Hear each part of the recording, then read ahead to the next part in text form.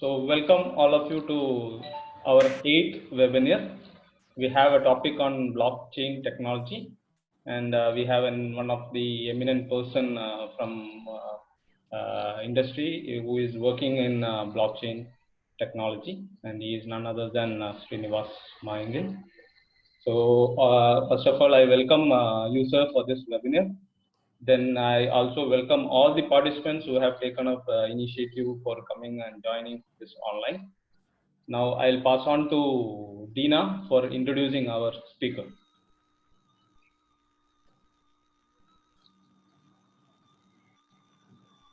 Dina.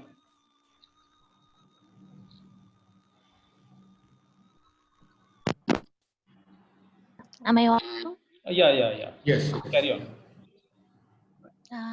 Good evening, dignitaries, spirited participants, and all of you here present for this enthralling webinar on blockchain technology, organized by Malabar FinTech in association with IEEE Malabar Hub. Technology moves fast.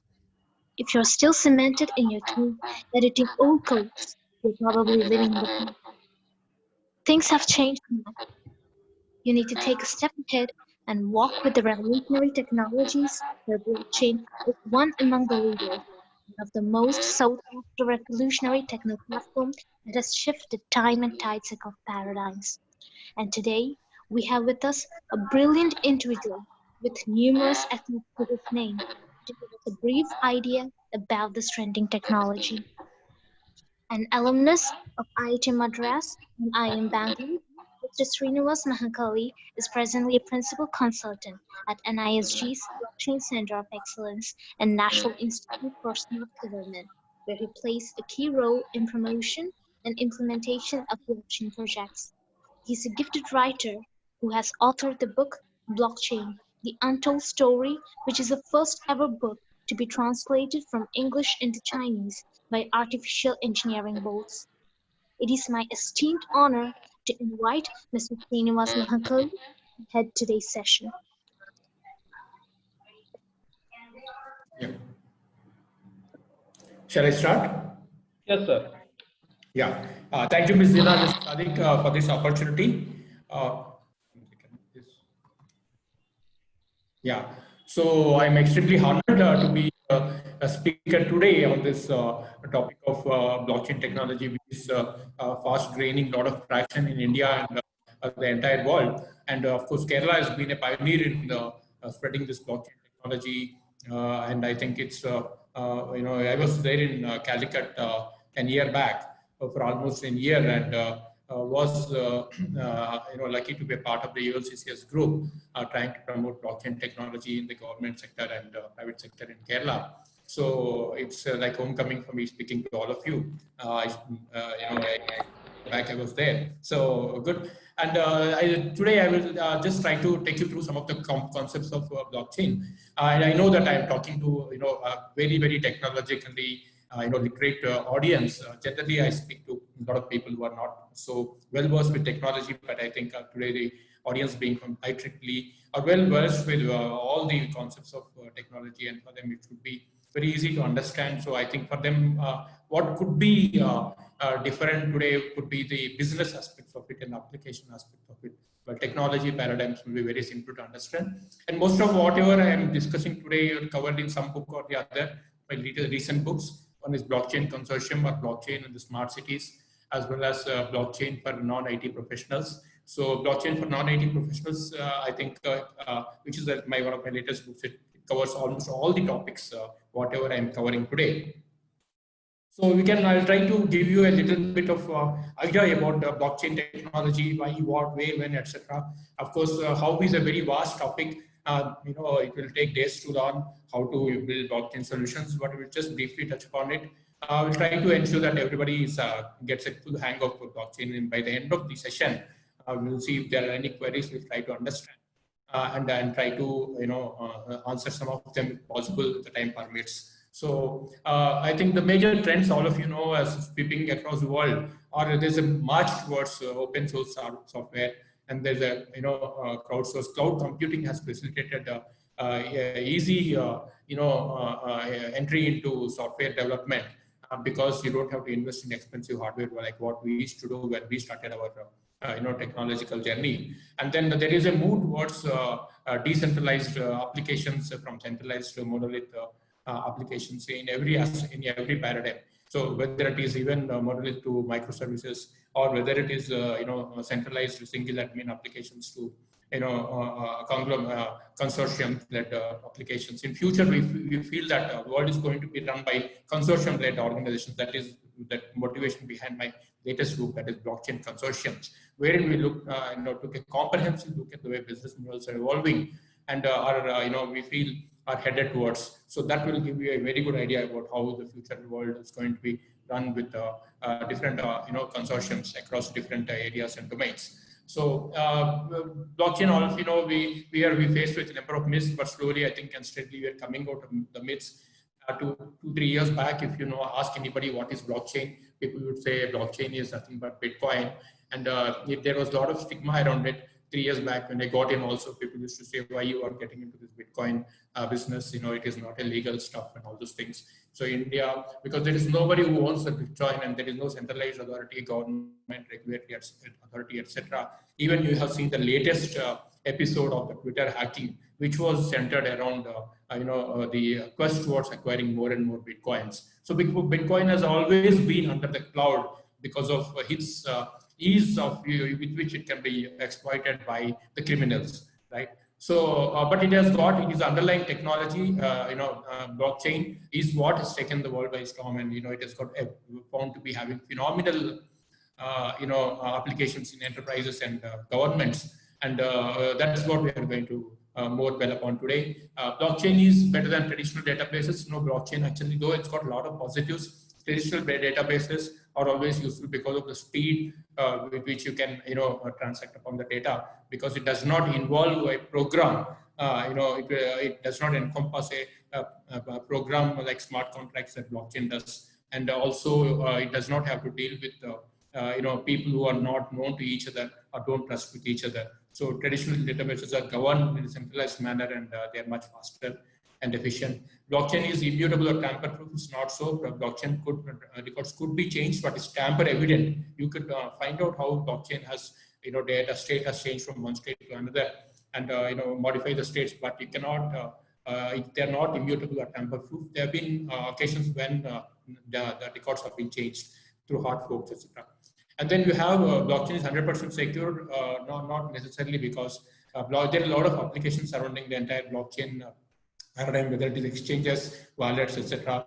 All those things could be hacked, have been hacked. And even if blockchain, also if it is not properly protected, attacks could be done on blockchain platforms. So blockchain is a truth machine. Blockchain can verify all transactions and data entirely, but there are a number of applications like, for example, oracles, etc., which have to, on which blockchain depends, right? So if they are not trustworthy and they could feed wrong data into blockchains, then you'll have output also that could be wrong. So it may not be trusted. So you have to keep all these things in mind. It's got its own limitations. And one of the main motivations behind blockchain is today we are faced with trust deficit across whatever we do. When you get up in the morning and brush your teeth, you're not sure whether the toothpaste what you are brushing with is original or not. And when you go out, whether your motorcycle, your insurance, whether it is original or not, whether your certificates, they could be duplicate certificates. So there is a trust deficit when you go and apply for an employment. The employer might not trust all these various credentials, whatever you have offered about yourself. So people would like to have an authentic proof. That these are all trustworthy and genuine. So even our own ministers centrally, they have acknowledged that we are having trust deficit, and we open up the paper every day, you find that there are some frauds or the other happening, whether it is with respect to the certificates or identities or insurance claims or university certificates or some letter of credit being wrongly used. Okay, or the scams like PNB, etc., when somebody has managed to get a lot of money out of a bank without proper credentials.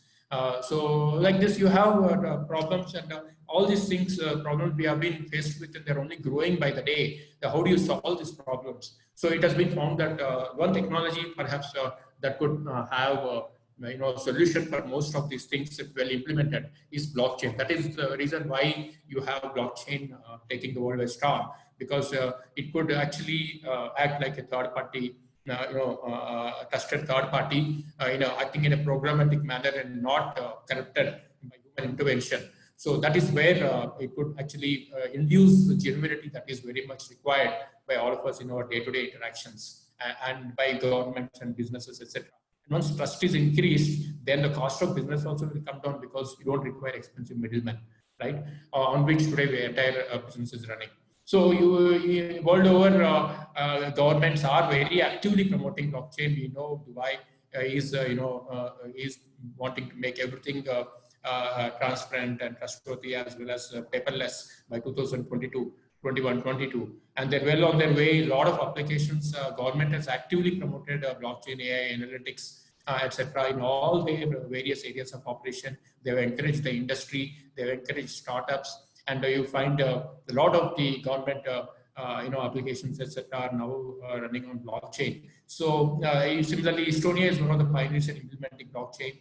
Almost every individual out there, their health record is is secured through the national blockchain platform. So like the number of applications, a lot of countries, now today China, you hear about China, and you hear about Singapore, you hear about South Korea. Number of countries are actively promoting blockchain.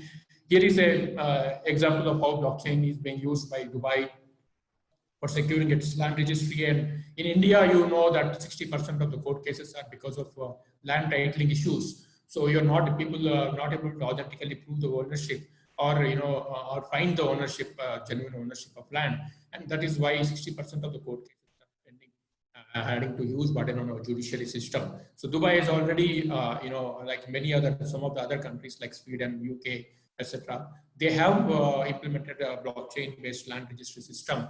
It is now helping them to speedily establish ownership and transfer the land. In India, we are working, NISG works closely with the Government of India. We are evolving blockchain applications for a number of ministries. We are actively working with a number of ministries, even as we speak, to totally transform the way government is operating. You will find blockchain applications dominating across a number of ministries. Today, we were talking with the Ministry of food processing in central government to put 1 million organizations on blockchain to help them establish the original genuinity of the product, and through track and trace facility, or through establishing GI tags for those products, so that they can sell anywhere in the world in a transparent manner. So government is actively pursuing blockchain, whether it's land records, whether it is food processing, or whether it is Department of Agriculture.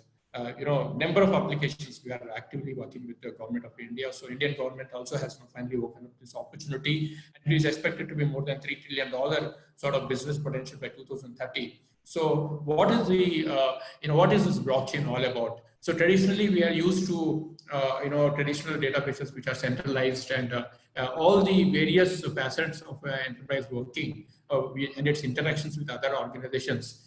They're all on siloed manner, and it leads to multiple interactions. And if everybody is operating on a different type of system and data structure, you can imagine the amount of permutations and combinations that need to be taken care. So because of which you find a lot of delays and a lot of transactions not happening, and then you require middlemen, etc., centralized middlemen.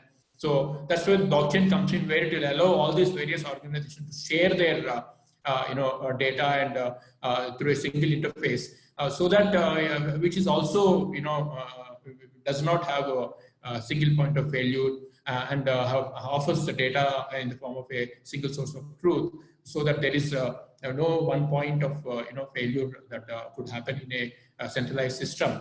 So this will facilitate instantaneous or near real-time sharing of data, and it will improve the speed at which transactions can occur. And a lot of time that is today wasted because of this middleman, or because of paper being exchanged, etc. All these things can be saved a lot, and the people have realized a humongous amount of savings when they're implementing blockchain-based solutions, especially in financial transfers or in supply chain solutions. So blockchain is blockchain technology is seen as a set of technologies that enables tamper-resistant record of transactions. It allows because there is no centralized party that is required, and the entire trust is offered by system.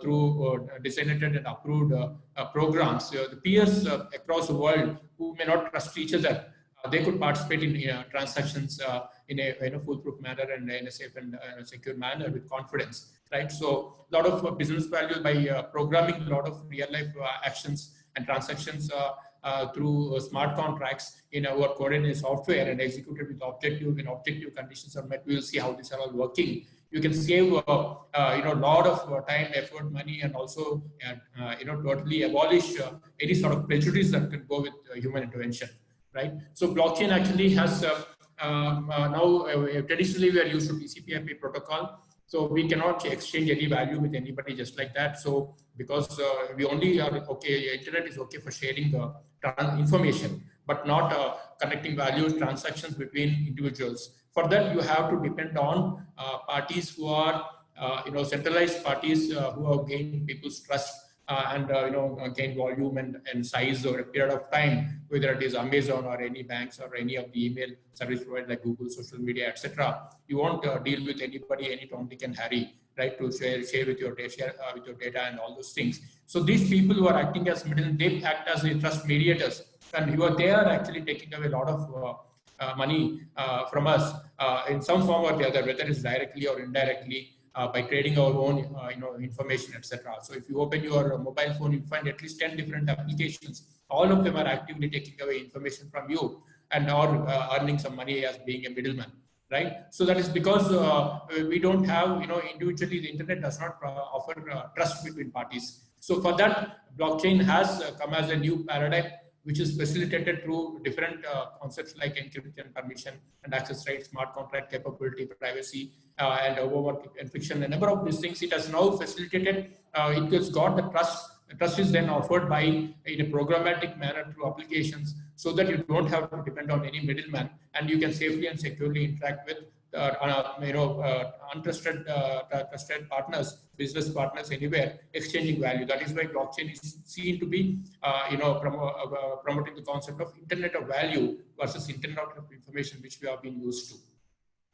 Over a period of time, for almost 8-9 years, ever since it was born in 3rd January 2009 as Bitcoin, blockchain was always seen as some form of a cryptocurrency. Number of different types of cryptocurrencies and tokens and permissionless blockchain platforms came about, and people were not realizing the importance of this particular technology till platforms like Ethereum and later on Hyperledger, etc. have come about, and they have started using this underpinning technology for real life applications. So all the real life life applications started being modeled as smart contracts or chain codes, etc. And then with a blockchain backend, and then slowly and steadily, people started understanding more and more. The technology started evolving, and now we have seen in the past 1 or 2 years huge traction. And very recently, Singapore government, Monetary Authority of Singapore, has come out with this UBIN5 report, which has actually showcased the benefits of blockchain for cross-border transactions with different currencies and with delivery versus payment, and against even things like bonds are different buying, purchasing goods, etc. And settlement could be done in different currencies over a blockchain, right? So that is seen as some sort of a landmark sort of a thing. I think you would do well to read out the report of UBIN5 that is going to shape the way things happen in the future. And by 2000, another 5 years, we are going to see blockchain in almost every aspect, and you will be dealing with consortiums, and nobody would like to deal anymore with centralized parties, right? So how did Bitcoin?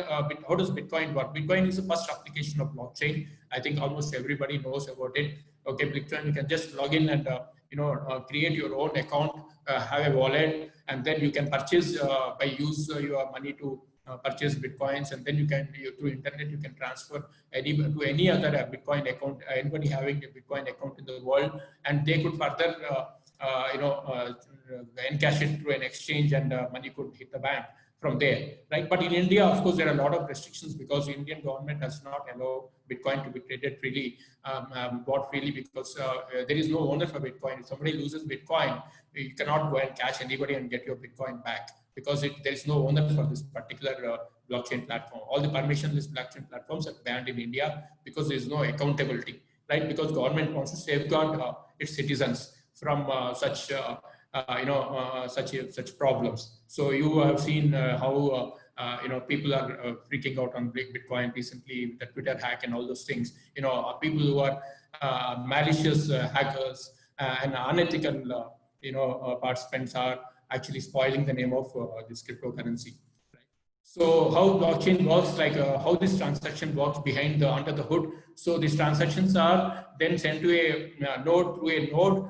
They are actually collected by a set of miners who then these miners are the people who actually are also called as maintainers or validators.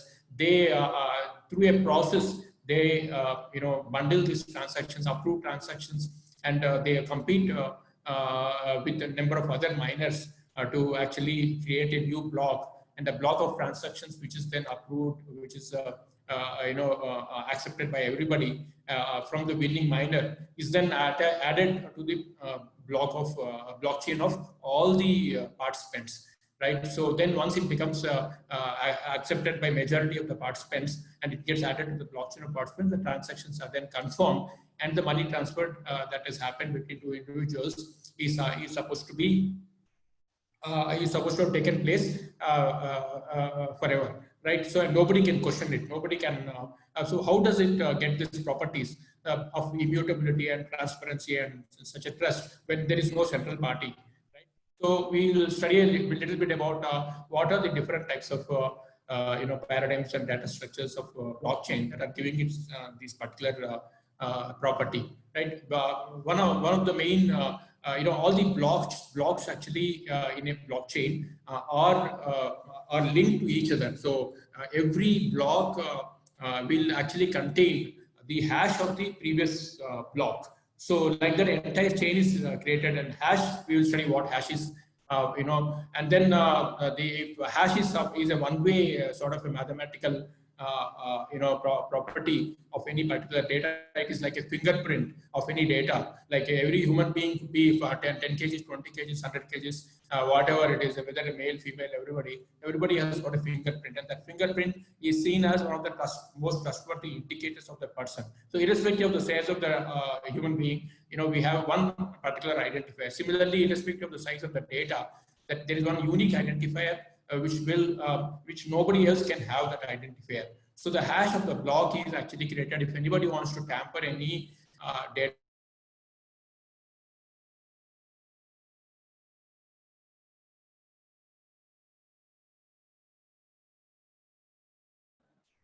hello, you're able to hear me? Yes, sir. Yeah, there was some problem in the. Yeah, you're able to see my screen, right? Yeah. Yes, sir. Okay, so that is why all the blocks are connected with each other. So that is what gives the property of immutability and tamper resistance to the blockchain. Yeah.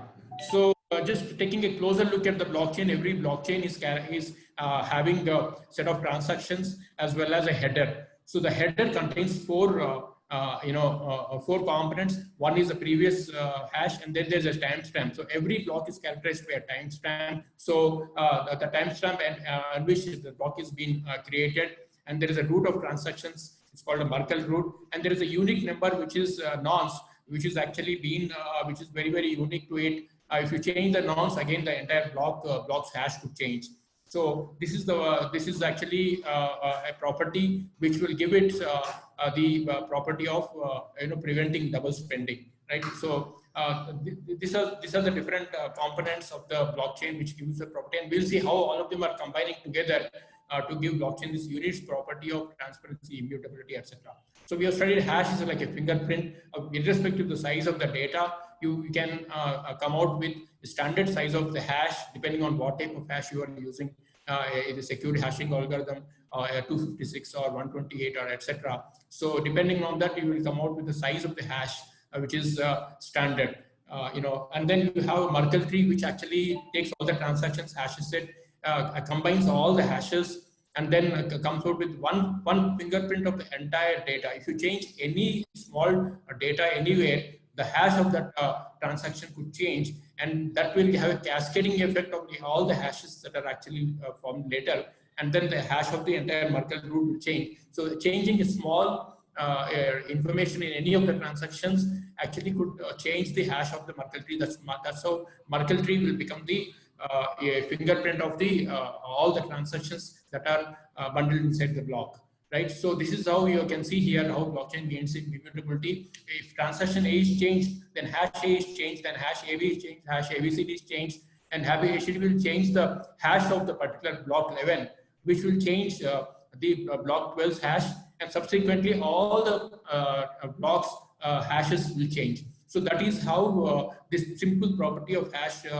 which is a unique fingerprint, which will actually give the property of checking this data integrity. So if you want to check if data has changed or not, just check if check the data and hash it and compare it with the hash that is stored in the blockchain, and then you will find out whether the data has changed or not. This is one of the fundamental building blocks of blockchain. So you can see here one change in small data, one has changed the entire blockchain, and that particular person, whoever is trying to tamper the data, his ledger will go out of sync with the rest of the people in the network. So that is how blockchain has given. And another important concept is public key cryptography, which actually enables to sign data in such a way that the person who only has is a targeted person can actually decrypt it, right? So it contains a public key and a private key pair. The earlier, once upon a time, used to be used mostly to symmetric cryptography, wherein public key and private key are same, but asymmetric cryptography, wherein both the keys, encrypting and decrypting keys, are different. Actually, that is what is used in blockchain to give its lot of property of privacy and security, and ability to sign the messages, etc. So that only targeted people can read it. So if you sign a data with a public key of somebody, and then the only person who is having the private key, which is very unique to that public key, can actually decrypt it, and nobody else can see it. So the public keys in a blockchain, like in your Gmail ID, etc., you are having a unique Gmail ID, right? So which is your name or some combination of a name, or it can be anything, right? But in blockchain, you have a private key which identifies you, and the private key is very unique. Once you open up an account in a blockchain, one private key will be randomly generated. Nobody else in the world will know about it, and then that is from there, a public key through mathematical relation, a public key is formed, and from there an address is formed. That address is what will define you on the blockchain, and all the people in the blockchain, all things or identities on the blockchain are identified by their unique addresses, which is very complex number, which is very difficult to relate. That is why in blockchain people say it's called, you can say it's pseudonymous. Whatever transactions are happening in the blockchain, everybody knows, can see whatever is transactions happening, but if they may not be able to relate the name, because the address is very difficult to be related to the name of the person. So the hash function will help in verifying the integrity of the data, while the public key cryptography will help in verifying the ownership. Okay. So and another property is if you when you sign the any message that is targeted at somebody, only the person who is having the private key of that can verify the particular transaction. So this is how digital signatures work. So when you send data is hashed, and hash is encrypted with the private key of the sender, and the digitally signed hash is transmitted to the receiver. And while verification, the network now can then verify the authenticity of the information by using the data, digitally signed data is represented as public key of the sender. So public key is known to everybody. Using that, and then it will hash the data that is also accompanying that, and compare both the hashes, and then find out whether the data is genuine or not. So the decision can be taken on the data. So similarly, you have another important concept. You see in blockchain, we use the X509 certificates to genuinely identify the individuals that are participating in the network. So every participant in any network, they are given an identity by the certification authority, right? So they are all identified, and there is a certain standard which they have to adhere to for giving these identities so that they are not easily decryptable. So the certificates are called X509 certificates, and I think all of you know how the X509 certificate operates. So through the X509 certificate, by using the public key of the person or authority which has given the certificate, you can know whether the identity information that is you are dealing with, you are trying to verify, is indeed provided securely by a trusted provider of the certificates, trusted authority. So that is how you ensure that only authenticated, authorized people are participating in any blockchain network transaction, whether it is Hyperledger or whether it is Corda or any of the permission blockchains.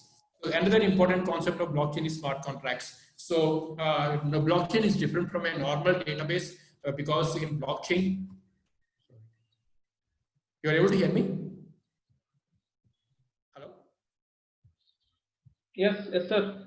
Yeah, that's no problem. So in blockchain actually also enables something called smart contracts. So in smart contracts are real life business deals or interactions or transactions that are modeled in the form of applications or in the form of by using computer code, and then they are stored in the blockchain in all the nodes of the network, right? So these programs automatically triggered by the events that are happening and through the transactions that are pushed by the participants of the network, and then they actually take various actions like transferring the assets from one person to another, etc. So in a normal database, you don't have any applications that are not running on the blockchains, on the databases. But in a blockchain is a programmable databases wherein the applications are governing the interactions between the participants or various identities who are owning different types of assets on the blockchain. So how it works, like in a real life, suppose if there are two parties, one party is selling its crop and another one is buying the crop. So these two parties are participants in a blockchain network.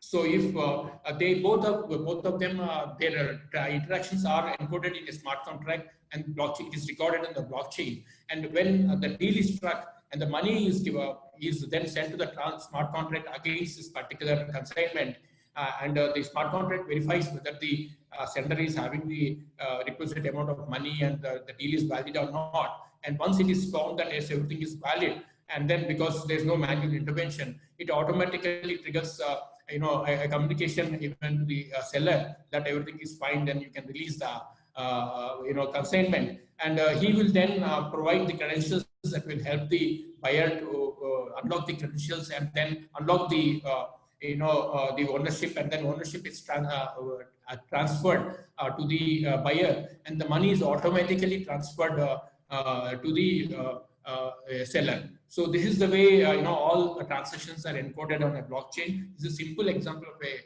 a smart contract on a blockchain. So for doing for developing applications, there are different types of patterns. There are almost I think about say 16, 17 types of different types of patterns. Patterns are nothing but there are standardized approaches of approaching any particular programming paradigm. So it is very easy to code that the code is very much understandable and reusable, simplicity, maintainability, and scalability. So these are the different patterns. For understanding all these patterns, there is enough literature that is available. I'm not going deeper, and this is well covered even in my book, Blockchain, the Blockchain for Non-IT Professionals. So you can go through that. It is very simple. As programmers, all of you know what are these different types of patterns. The gang of four, etc. You must be already knowing. So these are small variations of that. And then you have another important concept called consensus.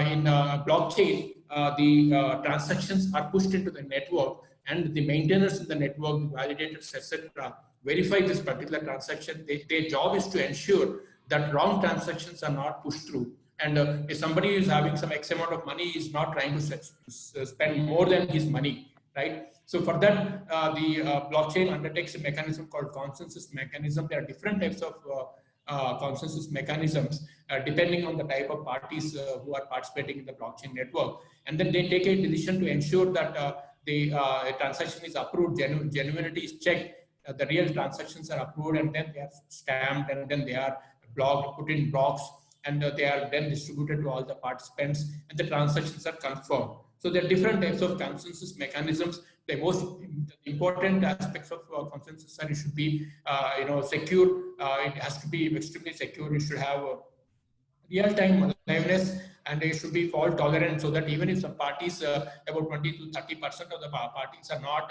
working at that point of time, are down, the systems are down, or some of them even trying to do push through wrong transactions, still the genuinity or the authenticity of the transaction, the propriety of the transaction should be maintained, and wrong transactions should not be pushed through the system.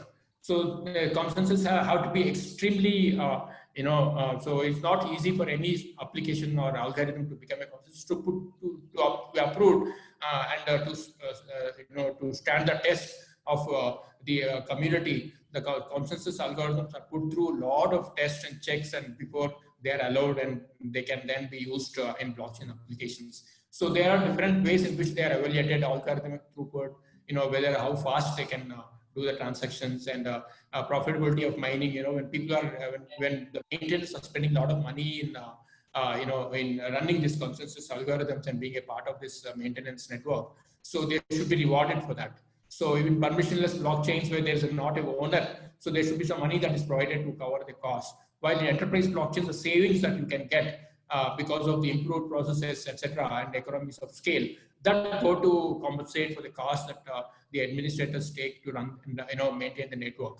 So similarly, the different types of consensus algorithms have different offer different types of decentralization. For example, in Hyperledger Fabric, till recently they have been using something called Orderer, which actually, it is not really a consensus mechanism, but it just helps in timestamping the transactions and putting into blocks, etc. And that is a centralized approach. So depending on the type of centralization that is required in the network, you choose the different types of consensus algorithm.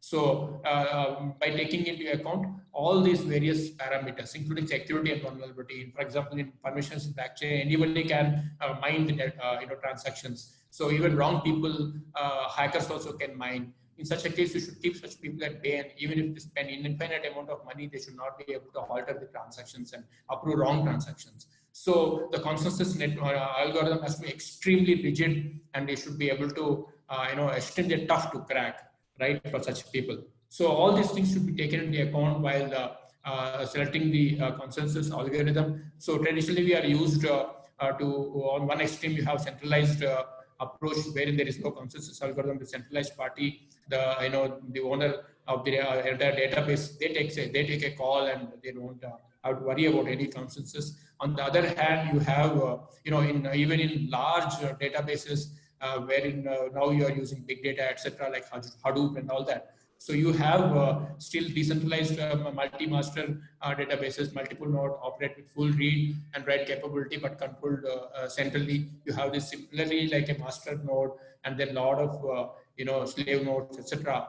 There will be a lot of replication of data, but administration and owner will be the same. And then you have, on the other hand, now the concept of distributed enterprise.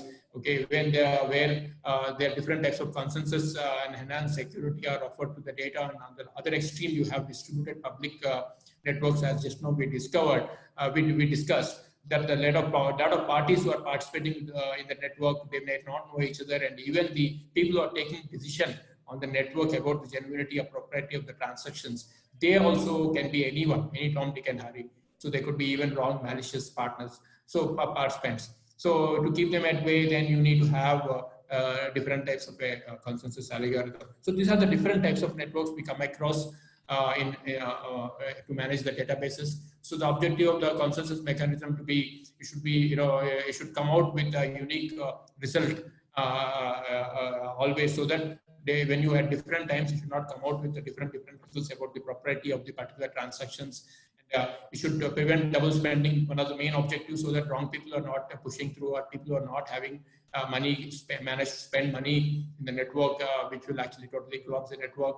Then you should have economic incentive. People should have sufficient incentives to manage the network and maintain the network, whether it is whatever type of system it is, whether it is private permissioned or permissionless blockchain. And then it should be fair and equitable. Governance is extremely important, so that everybody should feel equally important, and whatever facilities are given to one party should also be available for everybody. Nobody should get any partiality, because that otherwise the person can skew the network. So then it should be fault tolerant. Even if 30% of the nodes are going down, still you should be able to run the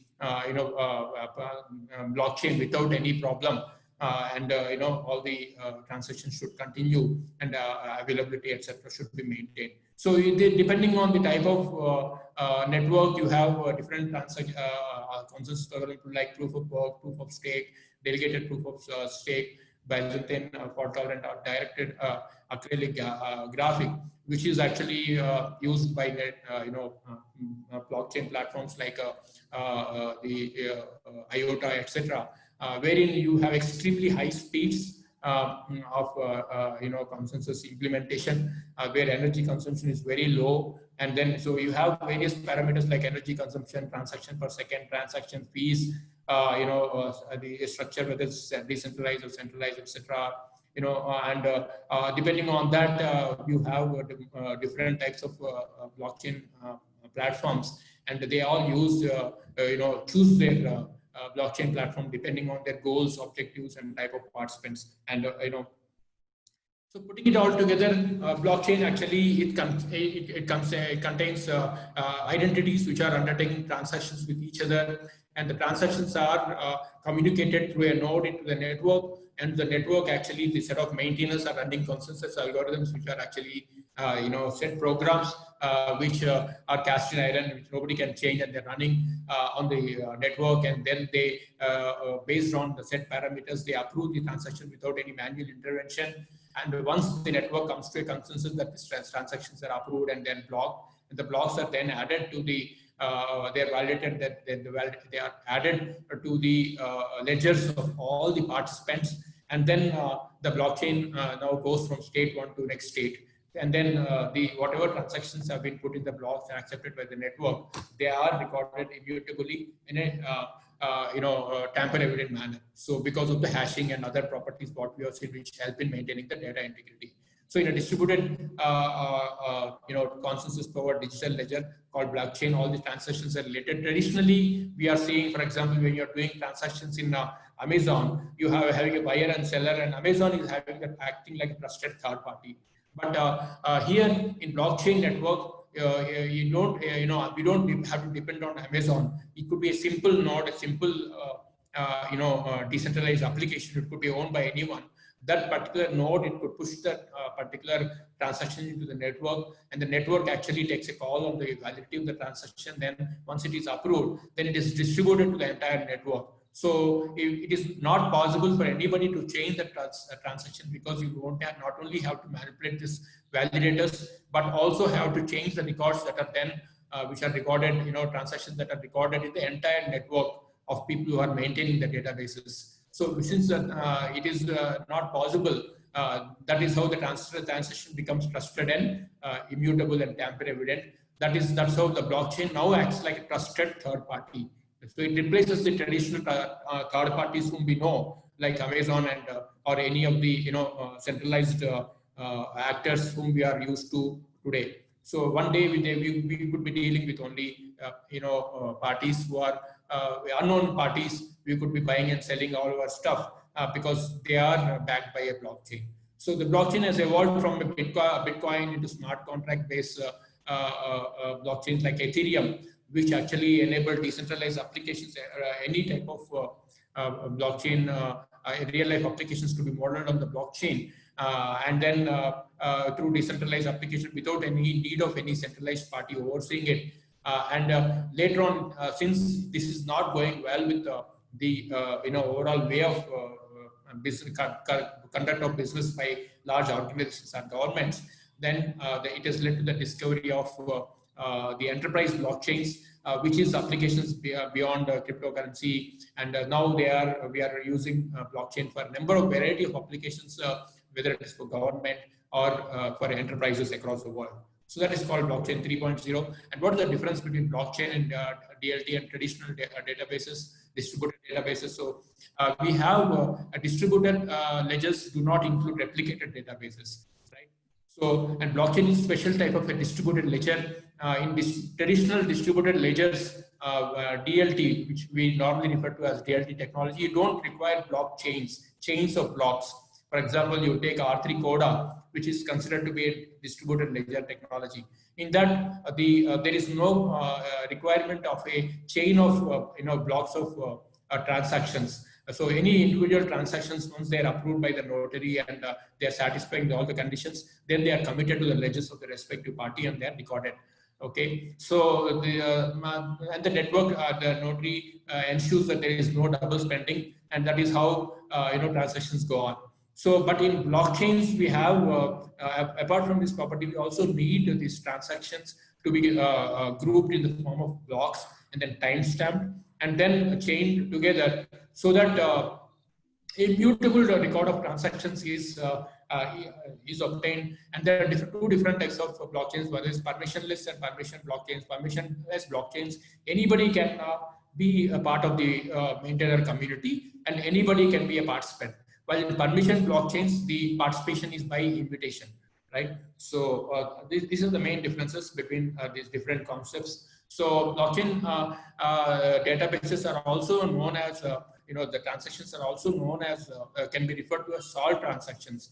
That is, they are sequential because they're time-stamped, agreed because consensus, they agreed by consensus. They ledger because all these transactions are blocked and then they are arranged one after the other and then the ledger is shared across various participants, and they're tamper resistant because you can only change the data by adding subsequent more transactions, but you cannot change anything easily whatever is already recorded, because that implies you have to work with all the validators who are part of the approval of the transaction and also the people who are already sharing the ledgers. Everybody has to change the records, which is not so easy. So in decentralized in permissionless scenarios like Bitcoin, Ethereum, you have some more features like symmetric, so that all the nodes could have the same access to the same type of data. There is no difference between the nodes. Of course, they can choose how much of data they want to store in their particular ledgers, but or download. But everybody has got the access to same amount of data. And then you have there's admin free. There is no centralized party who is actually verifying all these things. And then you have so they're also ledgered and time consensual, because there in all this permissionless blockchain, there is something called a block time. And this is programmed into the system, wherein a block is a set of transactions are approved and found in a block, after a set time interval, which is programmed into the particular blockchain program itself. So blockchain is now, if you see enterprise scenarios, it is considered it's mainly having three different components. It is an inter-enterprise blockchain. As you can see, it's very much different from all the traditional applications you have ever seen before, like ERP or analytics, AI programs, etc. It is a inter-enterprise phenomena. You will have a lot of people, a lot of organizations, enterprises, peers across the world who are interacting with each other on a common platform. There could be competitors or collaborators in whatever. But they're working in the same network and they got identities from the network, and then they're working as per certain set guidelines which are programmed. Right? And there's certain value that is being exchanged, a digital asset, whether it could be a tokenized currency, or it could be an asset which is actually then tokenized and represented in the form of a digital asset or anything. It could be land or anything. These are all assets that are present on the blockchain, which are traded, and they are changing hands from one to another through programs called smart contracts. And all this data is systematically recorded in tamper-proof system. In the transactions are recorded in ledgers, and then we have the everybody's the transaction record is updated depending on their access control limits and levels, and then to what data they are privy, etc. So they update their ledgers based on the information, whatever they are allowed to access. So blockchain is thus seen as a peer-to-peer distributed ledger technology for a new generation of transaction applications that establishes trust, accountability, and transparency while streamlining business processes. So you have seen that blockchain actually results in permanent sort of execution of transactions and record.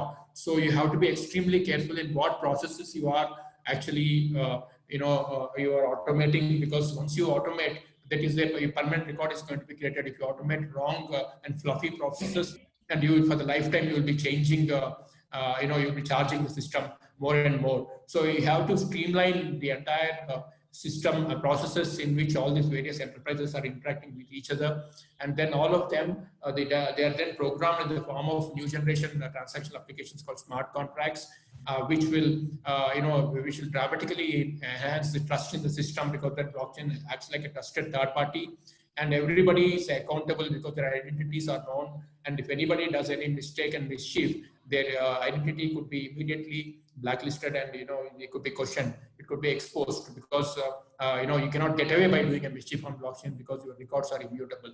So it leads to transparency. So it's called it is facilitating a peer-to-peer interaction. So anybody can then if you're having lakhs of people on a blockchain system, you can potentially interact with anybody else in the system by trusting the programmatic applications that are running on the platform. So it has got 4 different enterprise blockchains have got 4 different parameters, 4 different components. One is the shared ledger. So people are participating in the transactions with each other. There are a lot of people transacting with each other. Everybody need not know about all the transactions of everybody else, especially when you're buying and selling something at different prices to different people. So only the people who are known privy to the information, they will be sharing that information, and it will be carried in their records, as well as the network will be keeping an eye on that. And the smart contracts are programs that are actually facilitating these transactions to happen, so that no manual intervention happens, and they're all agreed, and consensus algorithms take care of the authenticity of the transactions, and that no manual intervention is taking place, and then everybody is getting equal chance, and governance is topmost important. So that's how blockchain have got different it offers a single source of truth to the data, because whatever is recorded with the data, it is shared with all the people who are privy to the information, who are supposed to be privy, and then it cannot be changed. So it facilitates single source of truth it offers a distributed ledger, real-time digital communication, because all the parties are simultaneously operating on the blockchain. It is not going from one to another, but it is connected to all the people and peers are interacting from anywhere. So one shot, you can actually potentially send the information to all the parties who are supposed to be private. Don't have it is unlike in traditional system, wherein data or information moves across channels. So it is real time, it is decentralized, it doesn't have a single point of failure, because there are, at every level, you will be having different sort of nodes. Even if some 20 to 30% of the nodes are down, still the blockchain is running, and it is even if there are consensus algorithms like orders, which are actually seen to be centralized consensus algorithms, still there will be a lot of precautions that could be taken, like high availability and replication, minimum 4 times replication, etc., so that there is no problem at any point of time because of any failure of one particular system.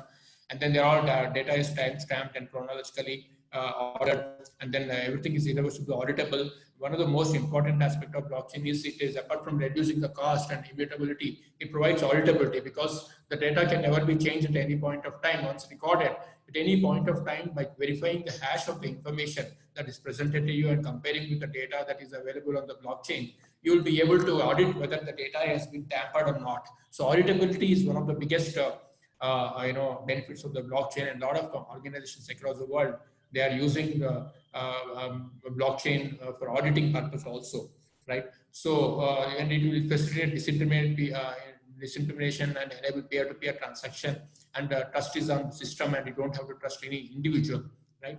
So because of which number of things are now coming together to enable blockchain get all these various properties of immutability and trust and auditability and dramatically reduced cost, used money that is spent on maintaining these middle parties who have been all this while providing the trust to us. So you have the various layers in the blockchain. You have infrastructure layer like nodes, which is a hardware layer. You have a platform layer. Then through you communicate to the blockchain through SDKs and the REST APIs expose the various features of the facilities and services that are offered on the blockchain. And then there is a distributed computing layer which will take care of the replication of the data to different parties who are supposed to be private to the distributed ledger, and then helps in running the consensus algorithm. It could be a pluggable consensus algorithm depending on the different types of platforms requirements, etc. And a lot of all these various components, and then the final application layer, which will actually program the smart contracts, business logic into the form of smart contracts, and enable different types of real life applications to be conducted. So in future, instead of depending on a centralized database, centralized admin application, you could be dealing with some sort of a platform which is actually distributing the ownership and distributing the data, so that consensus mechanisms are running to take care of the data, so that nobody is private to your entire information, and then they are able to manipulate you by running AI, ML mining, etc. So these are the various components of the blockchain. We will see more in details later if time permits. And you have different types of blockchain. We already discussed about R3 PODA, wherein nodes actually conduct transactions with each other, and there is a notary which takes care of the double spending problem. And once notary acts like a trusted third party and provides a stamp, the data is recorded permanently and ledgers are updated. Then you have Ethereum network, which is actually a permissionless network, wherein the data is generally replicated in all the nodes. You have different SDKs. You can write your front-end applications in in JavaScript, Python, or Java, etc. Correspondingly, there are different interfaces available, libraries available in the form of Web3 interfaces, through which you can push your transactions to your to one particular node. It could be on your computer or directly onto the any node on the platform which is exposed. And then from that node which catches your transaction, then it is mined, and then it is distributed once approved across the network. So this is typical, this is the way Ethereum functions, wherein all the decentralized applications are running in all the nodes, and then data is also replicated across the nodes. And then you have Hyperledger Fabric is another type of a blockchain platform which performs very much like the real life scenario, wherein you have different, you have applications in which there are different people who are approving these applications. For example, in your if you are working in a company, you want to leave, your boss has to approve. Right, your boss has to approve, and somebody else has to authorize. Your accounts also has to approve. So all these people, once they are approved, then only you can say, okay, my transaction, all the approvals have been received. Now I may leave. So like that, there are endorsing peers. Once all the endorsing peers who are supposed to approve the transactions, when they approve, then it is sent to this consensus mechanism, which could be orderer, or it could be any other decentralized mechanism, also like Raft, etc. Which are being used now. And then once it is approved by it is ordered, and a block is created of the transaction, then it is distributed to all the nodes in the particular system who are supposed to be knowing about this particular transaction, and then it is added to the ledgers. The proof of the transaction is distributed to everybody, and the everybody updates their respective databases by taking into account the details of the transactions that have taken place, and then they apply the read-write set onto their ledgers. So these are very these are the main applications, the main platforms, and you have seen everybody have a different approach for actually approving the transactions and committing to ledgers. But ultimately, all of them offer the same benefits of cost reduction, immutability, and auditability. So then you have different, blockchain is not for every type of application. Blockchain can be used only for 10% of the application, where you have lot of different parties who are not trusting with each other. More than one party at least, they are interacting with each other. If one person is trusted person is wanting to conduct transaction, it doesn't require a blockchain, because blockchain requires people who are not trusting with each other to safety and security cooperate with each other, collaborate with each other, and then undertake transactions amongst them. And then you should have a set of assets which are being traded. You should also need to know how the assets are changing hands from across their life cycle, from the time they have started, got into the network, to till the time they are disposed of. So entire ownership needs to be tracked. So when there is such a requirement, when there is an immutability that is required, is a requirement, and when there is a set of processes, hardcore processes and procedures that govern this actually exchange of assets, and which can be coded in the form of smart contracts which are permanently running on the blockchain, then only you can implement blockchain. So if you are doing something, transactions which don't have proper set of systems, and every day they are having different applications which are governing them, their transactions, and they're being upgraded, then you don't require blockchain. You cannot implement blockchain. It will be extremely costly. So blockchain is used, the different types of blockchains, as you can see, permission blockchain, permission public, permission private, etc. We will see more about it later.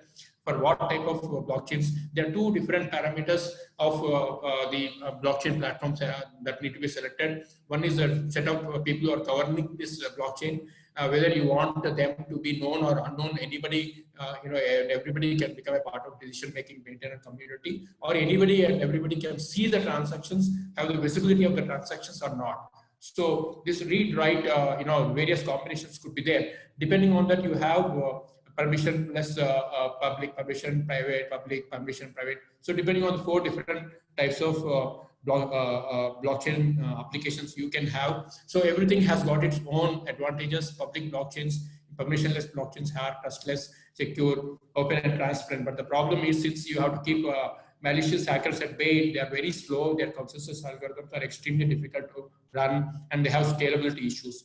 While in the case of private blockchains, they're very fast and scalable, because you don't have to worry about wrong people, hijacking the system. But there is a disadvantage, because there's some amount of centralization. You need to trust some administrative network who is actually taking all the decisions. So because of which you have we have certain disadvantages. Everything has got their own disadvantages. You use public and closed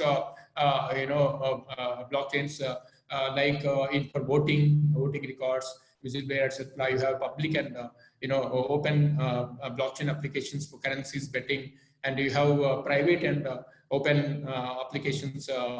Private applications you use in generally supply chain transactions. You have government financial records, corporate earnings statements, etc. Where a lot of people should be able to see the transactions, but only few people could be able to write and write the transaction, take a decision. And private and closed, where extremely confidential information is there. There are set of people who are doing transactions among themselves. There will be different parties, but the data should not be leaked to outside world. For example, defense, law enforcement, tax returns, etc. So you have private and closed sort of applications. So depending on the type of applications, you can choose the type of platform what you have. In a public blockchain, anybody can access it. In private blockchain, there'll be a main company, for example, MNC company, which is having a lot of subsidiaries and branches across the world. It could run a blockchain so that we have some amount of coordination, cooperation between all the branches, etc. So it will be a dominant party. And federated consortium blockchain, like for example, IBM, Food Trust, etc., with a lot of large organizations come together. They float a blockchain platform so that all of them are collectively running, and they are enjoying the economies of scale of so many companies working together and solving complex problems and collaborating, so that they're able to easily lift the weight of complex interactions, and then with increased trust. So there are consortium blockchains. The number of almost 80 to 90 consortiums are there, and you can refer to our book, Blockchain Consortiums, to know more about these different types of federated and blockchain consortiums. The different types of blockchain consortiums that are there, depending on industry or technology focused or business focused, whether it is finance or financial applications, etc. Gartner has come out with a set of 5 key attributes of blockchain applications. It's called encryption, immutability. Encryption and immutability are more or less, they're part of all the blockchain platforms. Though you can potentially actually change the order of transactions, especially in the private blockchain ecosystems. But still, blockchains are CRUD. They're not CRUD databases like typical databases. They don't have the delete aspect. So they're considered, encryption and immutable are almost every blockchain potential application will be having it, but it should have at least one of the other three to be considered a blockchain-inspired application. It should be having a shared transactions between multiple parties, or it should have a decentralized governance, or it should have a tokenization of assets where a lot of value of assets are represented on a digital form, whether it is fungible or non-fungible. So there are the three different types of, four different levels of applications you come across. One is normal Internet of Information, wherein you don't have any of the blockchain elements. You have blockchain inspired, a blockchain complete, where all the 5 elements are used. An enhanced blockchain uses AI and ML also extensively, like supply chain transactions and healthcare, etc. You have they're called enhanced blockchain applications, which are now being all the emerging technologies are combining together to dramatically transform the way to conduct business. Business. That's called digital reinvention, digital transformation, etc. So generally, applications start as in a small way as private blockchains. They grow big into consortium blockchains, and they grow very large. For example, we have a sort of a Libra or something like that, which is coming up, which you have more than 200 companies which are running it. But anybody in the world would potentially use their applications. It's called public blockchain. So this is the way generally they start and grow bigger and bigger. So we have seen blockchain decision matrix, and there are a number of aspects, complexities that are being that need to be considered while integrating blockchain, because different people, there are different type of blockchain platforms for different applications. So you need to consider the aspects of for being interoperability. You should be able to integrate with your backend systems. Okay, and you should be able to, there are two different assets. We have seen identities in the blockchain platform, and you have seen assets. So all these identities and assets should be interchangeably used across different platforms, whether it's a backend legacy systems or whether it is different applications of running on different platforms. So these are the challenges you have to overcome. Just like today, you are able to run anywhere in the world, you are able to access internet and across any service provider. One day you should be able to overcome all these challenges in the blockchain and be able to seamlessly leverage blockchain paradigm. And to implement blockchain, you have to improve the processes, you have to define all your processes, you have to upgrade processes. The Six Sigma methodologies will be very useful. And for new generation applications like blockchain, you have this DMA paradigm wherein you have defined, you measure all the aspects, define the problem, what you are trying to solve. Problem is the most important thing. All the various aspects of problem which require improvement, everything you measure, you analyze all the various potential solution possibilities, and then you design your solution, then you conduct a POC and validate it, and then you conduct a pilot. So once you pilot the solution, then everything goes well. It is not damaging the existing systems, and it is providing all the benefits. You fine tune it, and then you scale it up. So these are the different ways in which you identify the use case, and this is going deeper and deeper into this. I will skip it for the time being. I will take you through the different types of applications that are going on right now. In a blockchain, generally you have the inter-enterprise phenomena. So you have through SDKs, you create APIs and expose APIs through which people will interact, and the back end of the front end of the blockchain also is the back end for all the people who are interacting and creating applications and different types of applications and solutions. So you create admin, and you create different types of transactions, and you create different type of identities who can undertake transactions. All this, there will be multi-layer of security, there will be firewalls, and then you also take out the data that is coming out of the blockchain, and then integrate it with all the different types of applications through APIs, and then to offer enhanced blockchain applications with the help of AI and ML. There are different activities in managing blockchain. All these things are well covered in my book, Blockchain for Non-IT Professionals. You can go through it. And then we have provided a reference model wherein blockchains integrate through their access layers through REST APIs and our Web3 libraries, etc., with front-end applications, and then they are seamlessly integrating with whether legacy applications through different types of middlewares or adapters, or things like message-oriented middleware or enterprise service bus or web services, etc. And then they are then you transact any individual who's having identity on the blockchain which is approved. They can conduct any type of applications, whether it is in governance, you have a direct benefit transfer, land records, any of these transactions. If you have a blockchain, identity, you can interact and undertake all these transactions. And blockchain applications traditionally you have blockchain is generally now more or less, a lot of blockchain applications are centered around banking and finance and supply chain, healthcare, insurance, and governments are now becoming bigger and bigger players in the blockchain ecosystem. A lot of governments are going full time into blockchain. The blockchain, the problems that are being solved, we have seen a lot of fake, the identities, fake certificates, etc. So blockchain is now being used to solve these various types of problems connected with fake products and drugs, fake votes, fake certificates, fake asset ownership, fake signatures, letter of credits, etc., and loaning credentials or smart city and autonomous object security.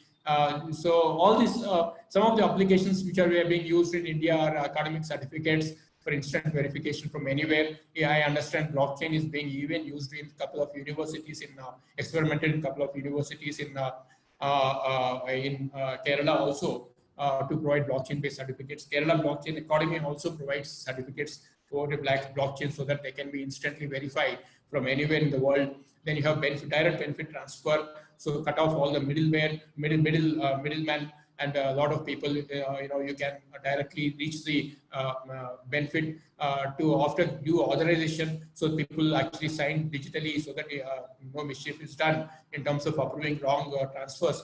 And then the right people get it, who are who are the rightful owners of that identity, who are able to prove themselves through their private key or some other physiological factors. They only get it directly with very, very less time and very less cost.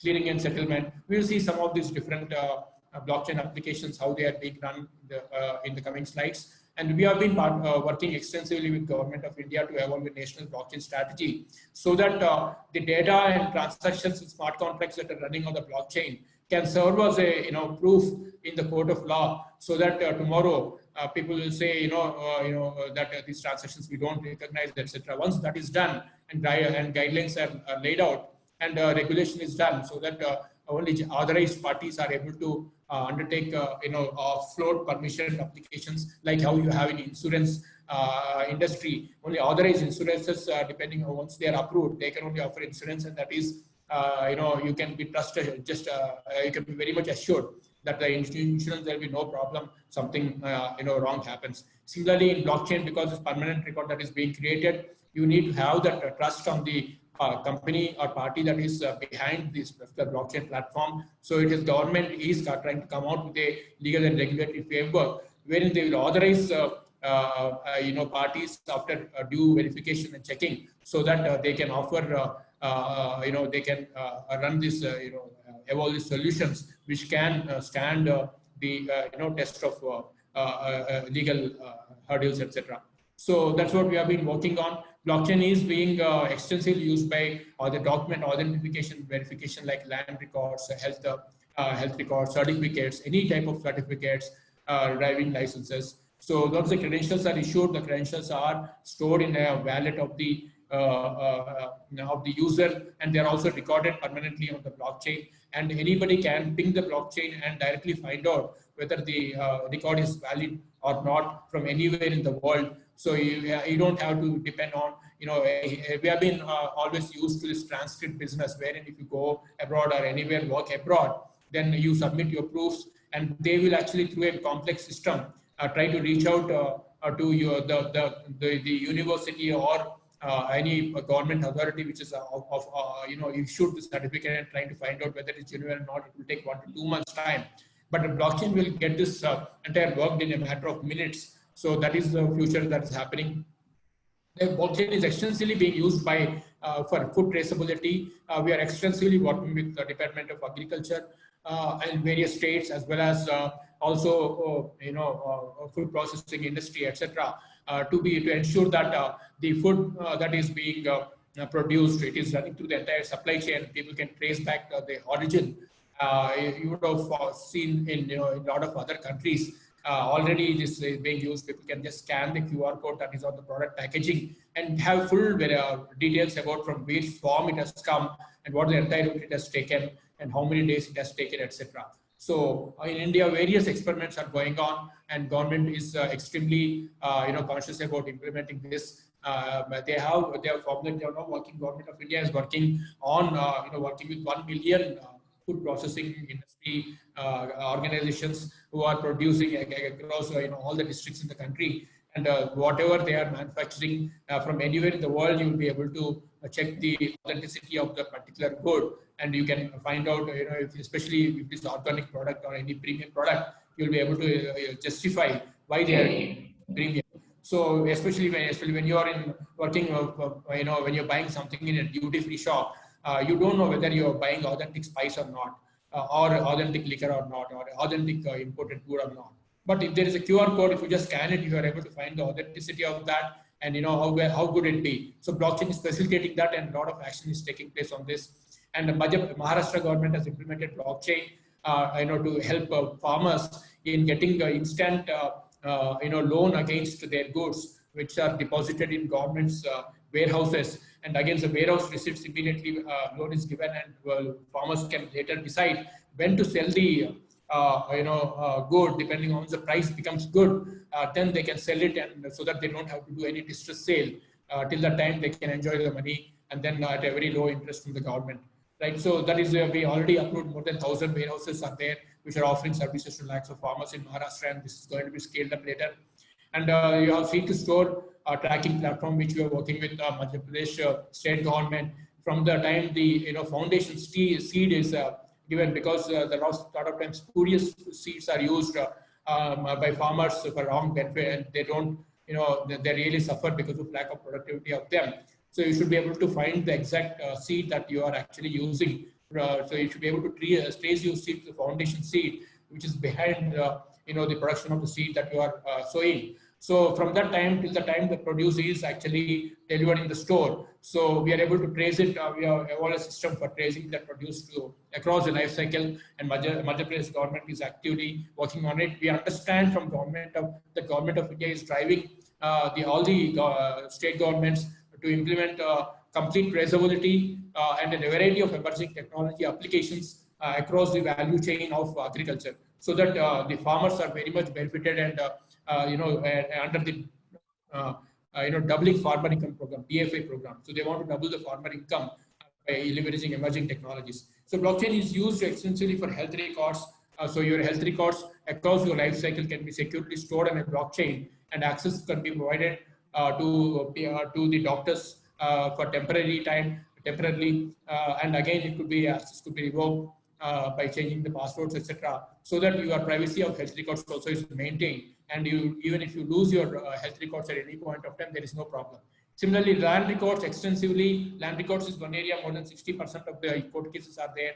There are a lot of departments, and a lot of problem of fake ownership, etc. So these are all being tackled with blockchain. Kerala government has conducted extensive workshops with a lot of organizations for implementing land records. I think it's only in due course of time. Land records, all the land records across the country will be implemented on the blockchain. National Electronic Governance Department, NEGD, is extremely active in driving this for the past 2-3 years, trying to create the conditions where blockchain in land records can be implemented. They're encouraging all the states to implement blockchain in land records, so that you can instantaneously verify the ownership, and you can be rest assured that you're buying land from a genuine party, and there will be no issue of fake ownerships, etc.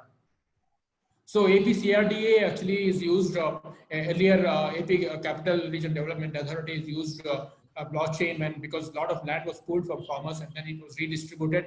In all such cases, the transactions were done through blockchain, so that there will be permanent lifelong record of who has given the land, and then what is the compensation, what they have been promised, whether they have been settled or not, etc. Everything could be done on a blockchain. Supply chain is another area where extensively blockchain is being used. We already seen the applications in in agriculture, wherein all the transactions are recorded in logs, and then the full transparency from source to the farm to food or whatever is obtained in checking the authenticity of the products, and eliminating fake drugs or or duplicate products or anything like that. And then it's being used in supply chain. Is one of the largest use cases for blockchain, where even large companies which are into aerospace, etc., or automotive companies, for genuinity of the spare parts, they're tracking by leveraging the blockchain. So a lot of blockchain consortiums are also very active in this space. So there's extensive information that is available in India. Vajra platform is being experimented by National Payment Corporation of India for instantaneous and indisputable clearing and settlement of financial transactions across the banks. And then blockchain is enabling income tax of India. They have conducted a pilot along with Infosys to if people apply for loans to verify the authenticity of the income they have declared or deducted from source, whether to prevent the duplication of deduction of pros, or to generally verify the TDS that has been told by the particular applicant, through some forms to verify the genuinity for number of use cases.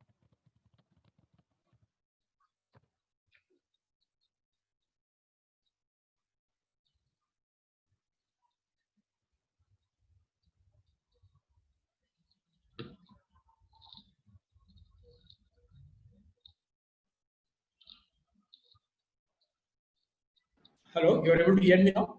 Yeah, sir. Yeah, 1 second. There was a problem. The line has not been. So you have, these Telecom Regulatory Authority of India has encouraged all the telecom organizations. The slide is not there.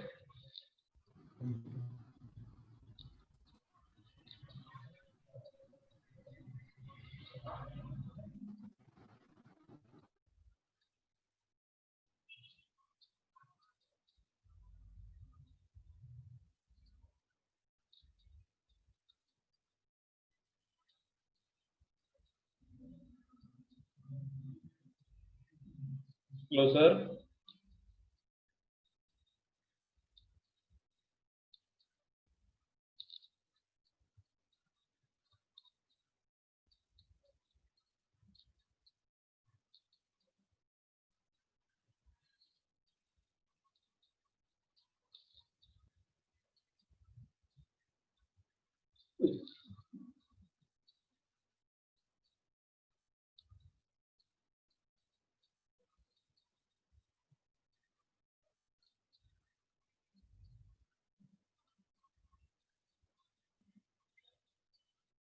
Hello, sir.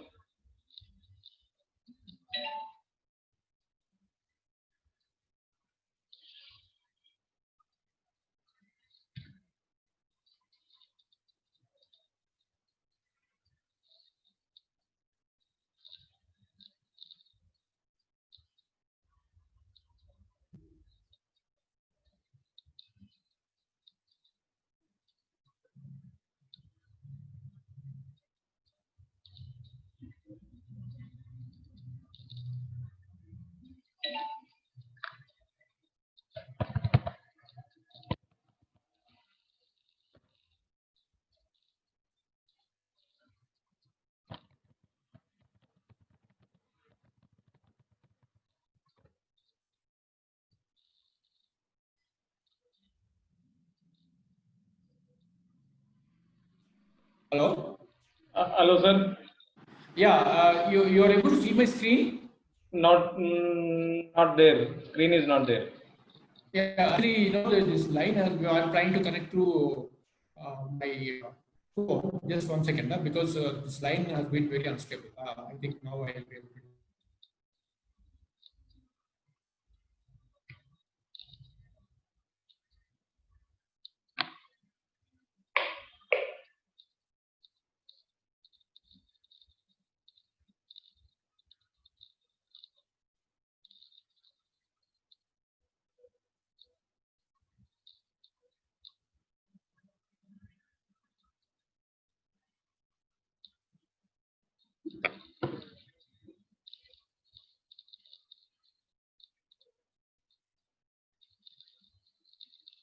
I am extremely sorry. It seems to be some problem with the line. Yeah, now I think I'm connected to my phone. Hopefully, it should be all right. You're able to see my screen now? Yeah. Yeah. So Telecom Authority of India has been using blockchain for tracking the unsolicited commercial, unauthorized commercial communication across cellular network. So if anybody registered for complaints through this platform and registers their number, and if any of the commercial providers who are advertising, etc., wrongly misusing this facility and harassing the subscribers, and they could be taken to task, and even the telecom company also could be penalized. So there is already been piloted, and it is about to be launched commercially. And then we are talking about having a digital identity. Right now we are used to Aadhaar, which is a centralized identity for all Indians. But in future we could be looking at, in a lot of countries have started implementing blockchain-based identities, and a lot of work is going on in this. Which is one of the futuristic applications that could be there. And we already discussed about direct benefit transfer process that could happen on a blockchain, wherein all the various benefits that the government is offering to individuals and citizens across the country could be verified about the eligibility, and money could be directly transferred into the accounts of the respective citizens by eliminating middlemen and also unauthorized approvals, etc. So this is one area which we've been working. We're also working with the India Post for tracking the proof of dispatch, especially for large customers, so that they're able to instantaneously track the the location of their consignment. So the number of other applications we are also talking to government about for defense procurements, etc. And defense generally involves large purchases. So they have a lot of projects that are made to execute a lot of big manufacturing of lot of very mission critical applications and products, and for that, a lot of procurement takes place to ensure that there is a foolproof sort of a record for all these transactions, so that there is no corruption, mischief, etc., while privacy and security is being maintained. So we are discussing about implementing blockchain for this, because this sort of purchases could be running in tens of thousands of crores. We have worked with R3 to evolve a solution. But when we implement blockchain solutions in the government, we'll be offering equal opportunity to all the manufacturers and platforms and service providers to come out with their solutions and platforms, irrespective of the backend backend infrastructure, right? So then blockchain is being used for, is being explored for police verification. And in Kerala, when I was there, we have explored implementing blockchain for police verification of individuals, etc., who apply for various clearances. That ran into some sort of a code problem, but the code problem was later cleared, but it will take some time before it could be implemented. And there will be, Government of India NITI Aayog is working on blockchain application across all universities. Smart Cities Bhopal has already executed a blockchain pilot for emergency response, wherein data of any event, especially regarding emergency situation, is simultaneously shared across the ambulance and traffic signals and hospitals, surveillance and police, etc., so that people get very fast. They will be taken to the hospital, and they could be given treatment. And traffic also will be aiding in this, so that speedy transfer movement can happen for the various vehicles which are carrying the injured. So this has been a successful climate. In future, a smart city could be one of the biggest drivers of blockchain application. Blockchain-based energy trading platform is being piloted by UP government. We have India Smart Energy Forum, which is Smart Grid Forum, ISGF, which is a public-private PPP body under the Ministry of a central ministry, which is exploring emerging technologies, blockchain analytics, etc., for various smart grid applications and also renewable energy, trading, etc. So this is one area where a lot of research is going on. We also talked about Maharashtra government, which is has used blockchain for for farmer for issuing loans to farmer against warehouse receipts by eliminating a lot of problems that are happening, like various frauds, a lot of intermediate costs and non-tradable receipts, and big delay in the entire process. Now they're able to speedily get against there, and they're able to encash their produce as and when conditions are favorable and the price is right. So NITI Aayog has conducted a pilot for fertilizer, transferring fertilizer subsidy, where a number of players who are party to this, they're able to take a speedy action, and documentation is standardized so that delay is avoided. And this is one area which is generally takes a lot of time and a lot of working capital block for organizations. Then NITI Aayog also successfully conducted a pilot along with Oracle and Strides for drug supply chain tracking, and they have said blockchain can potentially help in eliminating fake drugs. So they also have successfully done a blockchain for issuing certificates on the blockchain for universities. These are all areas which have been successfully completed. Pilots have been completed, and it is a matter of time when all these applications will see the will hit the mainstream. Then you have a number of POCs. Different states are undertaking different POCs as we speak, and some of them are already completed the pilot stage and are about to be commissioned for production. But we have a lot of challenges while implementing blockchain solutions. As well as an emerging nascent technology, people don't know much about it. Not much of education is there. So a lot of, especially in the user community or the people who are supposed to spend money. For example, it is whether it is CIOs of various organizations or government servants, IAS officers, etc. So a lot of capability building is required. A lot of stigma around blockchains like Bitcoin, cryptocurrency, etc. has to be removed, so that they will understand the potential of the blockchain technology, and use cases are generally not much known, how these things work, etc. So, and a lot of people have invested heavily in traditional technologies, and which are hardcore centralized, and people find a lot of challenge in overcoming resistance for change. So this is another big area. So plus things like integration, interoperability, but a lot of work is simultaneously going on.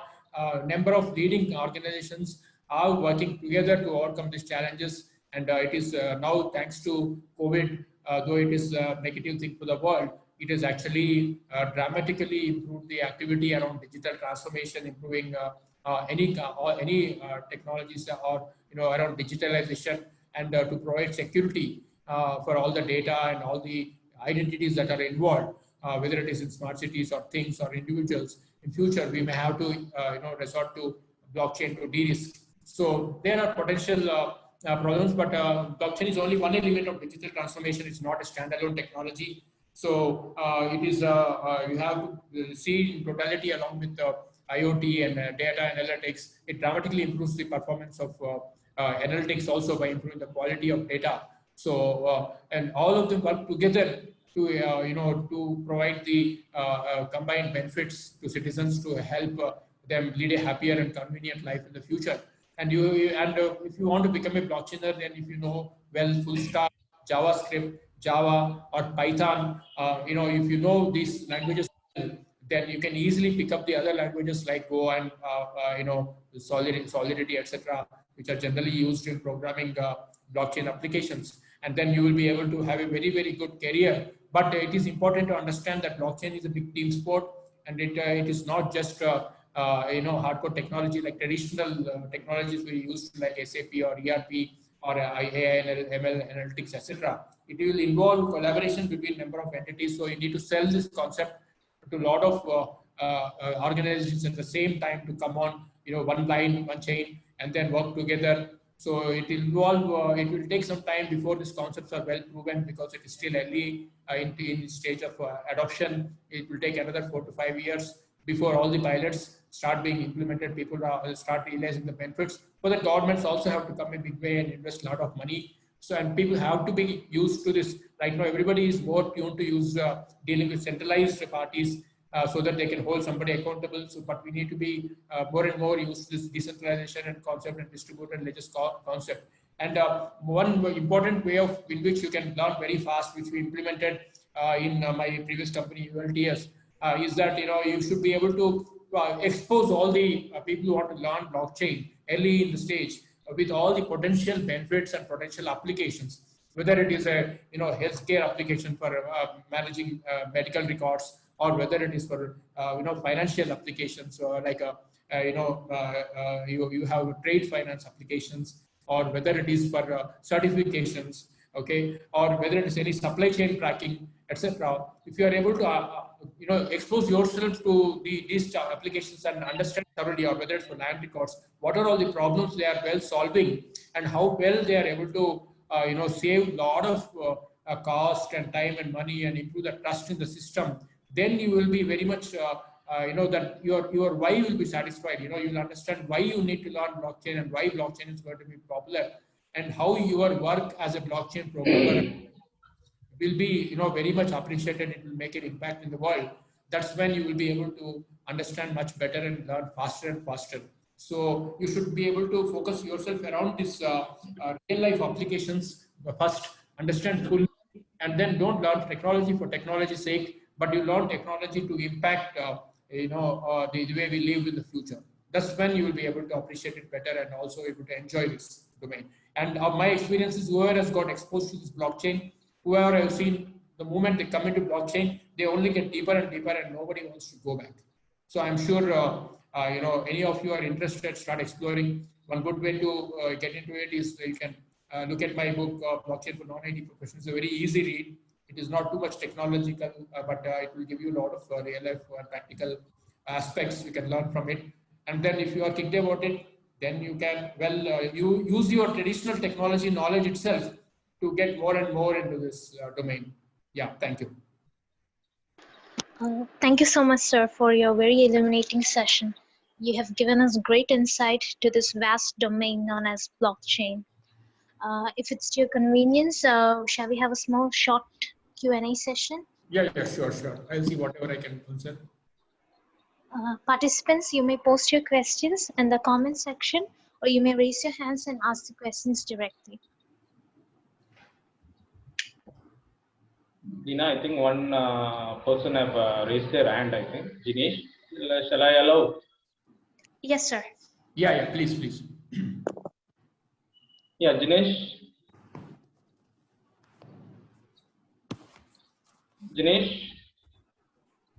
Yes, can you hear me now? Yeah, I can hear you.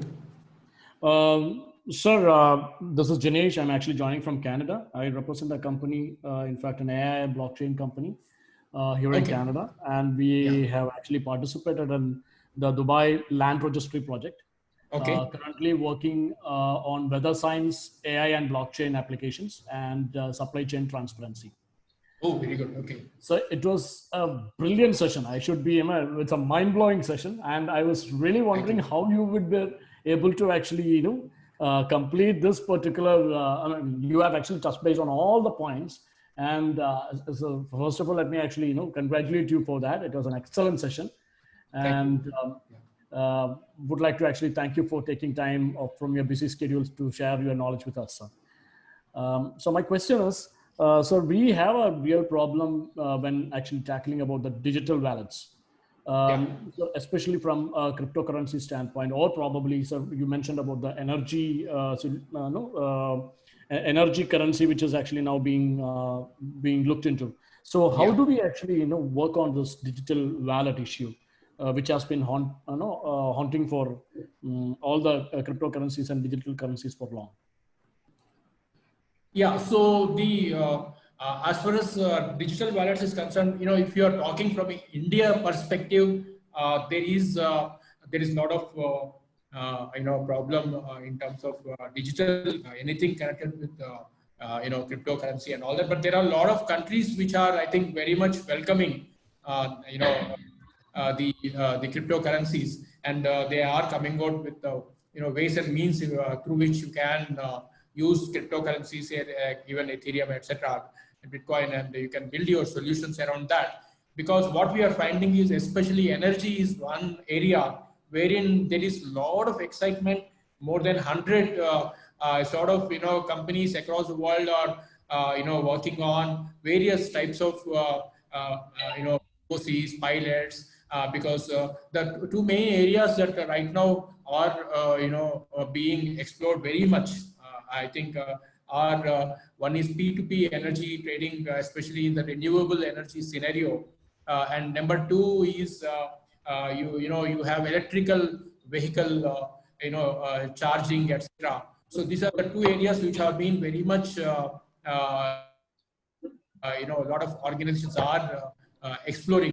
I think there is enough amount of documentation, enough amount of the various types of solution architectures, etc., that are available,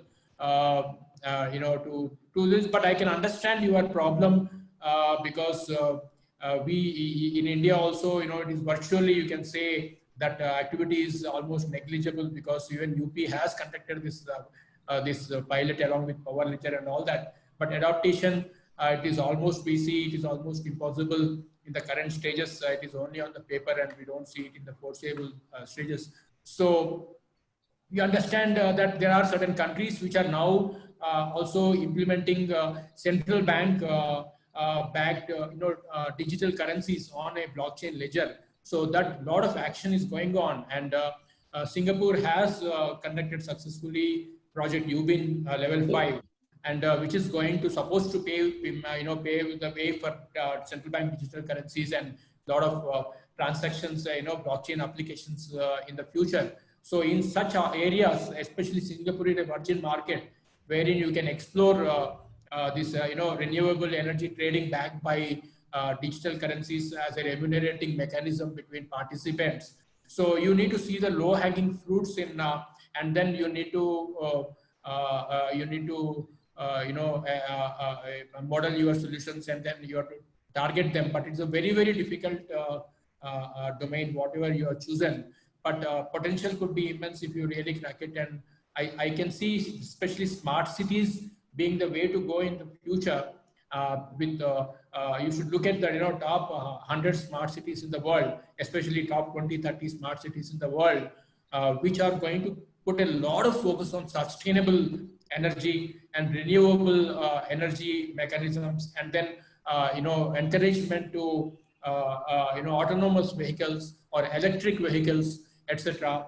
And then they are going to facilitate interactions between these particular various identities, whether they could be individuals, things, etc. And then they are going to facilitate interactions between them of value.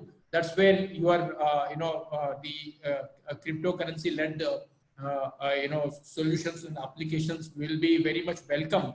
So with if central bank, they are also promoting central bank digital currencies, then that could be an easy way of remunerating the parties or facilitating transactions between the parties.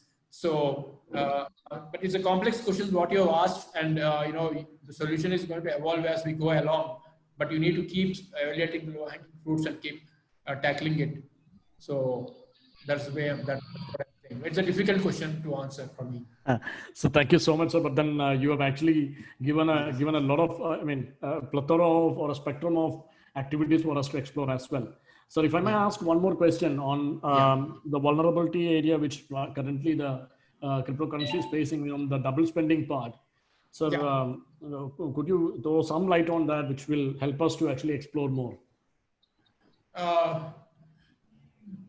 See, the issue is in double spending, especially you have permissionless blockchains, wherein which are very large, like Bitcoin, Ethereum, etc., which are to an extent they are difficult to they're not so much vulnerable to double spending because they have stood the test of time, and they gained a lot of traction. But one big problem that could happen is in the future, quantum computing could actually potentially pose a lot of challenge to this permissionless blockchain platforms, because they take a lot of time to respond to any such attacks, because it takes a lot of time to upgrade their systems, etc., by getting into consensus and all that. So you should be extremely wary of you keep your exposure and all not so much in permissionless blockchain platforms. But in the case of permissioned blockchain applications or national blockchain platforms, for example, even China also has come out with its national blockchain platform. A lot of countries are coming out with their own national blockchain, platforms offering trust as a service, and then they're also offering central digital currencies around that, where governments are proactively protecting their citizens in some form or the other. That's where you can have a recourse to legal recourse as well. So, so you have to, it is a risk versus reward ratio which you need to always keep in mind, because the hackers are always, trying to be one up and spending more and more efforts and time. Things value more and more, shifting onto the internet, thanks to the COVID-led digitalization and digital transformation. So their stakes are also very high. They will go all out to put in any amount of money, to come out with malicious attacks, etc. So you need to balance and play this risk versus reward game in a very, very calculated manner and manage your risks. So this problem is always be there. There are multiple dimensions to it, and there is no specific answer, because tomorrow you could come out with a quantum, led attack which could, demolish a Bitcoin platform. Can't do anything about it. So it is difficult to predict when it will happen. Yes, sir. Thank you so much, sir. Thank you so much for attending those questions, and thank you so Wonderful much. Wonderful questions. Yeah, thank you very much. Yeah. Thank you, sir, for posing that wonderful question. To the attention of all the participants, a feedback form has been given in the comments section. Kindly fill out to avail your e-certificates. Once again, I would like to repeat that a feedback form has been given in the comments section. Kindly fill out to avail your e-certificates. Due to time constraints, we shall only be taking one more question, which has been posted in the comments section. So I'll repeat the question. Do you think that this technology can be applied to the maintenance and management of inland waterways? Yeah, see, potentially you can manage. You can, the sky is the limit to what you can apply, as long as you have multiple parties, which are interacting with each other, and you have, the lot of coordination that is supposed to happen between all these various parties. Then you need to think about it, and then you need to, you have that. I given you the formula of DMA DV, right? You have to define the problem what you are trying to solve. Like you say, I want to apply this technology to this particular issue. It is not the way you go about it in blockchain, because whenever you go about it in blockchain, you will invariably fail, because blockchain, first of all, it's a difficult concept. It does not have much of the heritage in the form of use cases, etc., across various successful use cases. So you need to sell this particular sell this thing to some solution which you may think you may apply, and you have a lot of naysayers and reluctant parties, etc., trying to ask you why you want to apply blockchain, how you want to apply blockchain, because it is an inter-enterprise phenomena. You need to get everybody on the onto one platform, and then try to get a solution with a lot of investment. It is not so easy. So you find out, okay, I want to apply this to maintenance management of inland waterways. Then you first list down all those compelling problems which are being faced by this particular activity. Okay, then you will be able to find out, okay, these are the problems which are not being solved by traditional technologies, right? So when these things are not being solved by traditional technology, blockchain, through its ability, through this distributed ledger, shared ledger, and decentralization, it is able to solve this particular problems in a much easier way. And then you will be able to, start working on the other aspects, measuring the problem, and then you will be analyzing the potential solutions, looking at where all this such a problem has existed and people have solved those problems with the help of blockchain.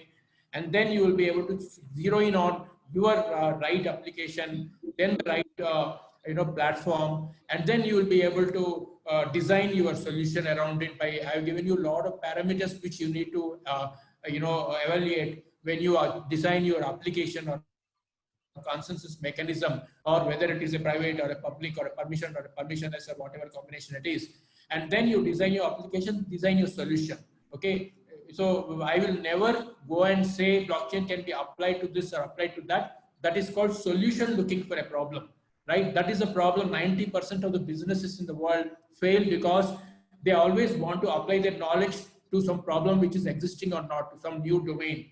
So first you define your compelling problems which are involving, huge value. If you crack that problem, you get huge amount of value, right? And the killer application is possible around that.